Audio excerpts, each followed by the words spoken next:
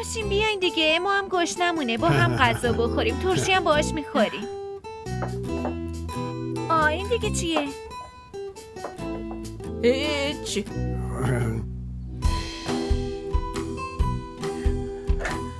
نکش دخترمه، بازش نکن.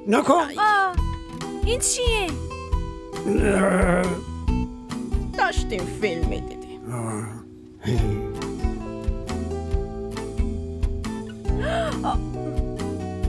خیلی باید ببخشین، واقعا به فکرم نرسید. شما معذب نشین، من دیگه برم. هر وقت خواستین بیاین، من دیگه رفتم.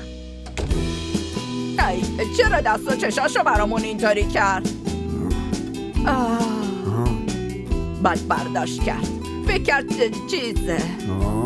خدایا توبه.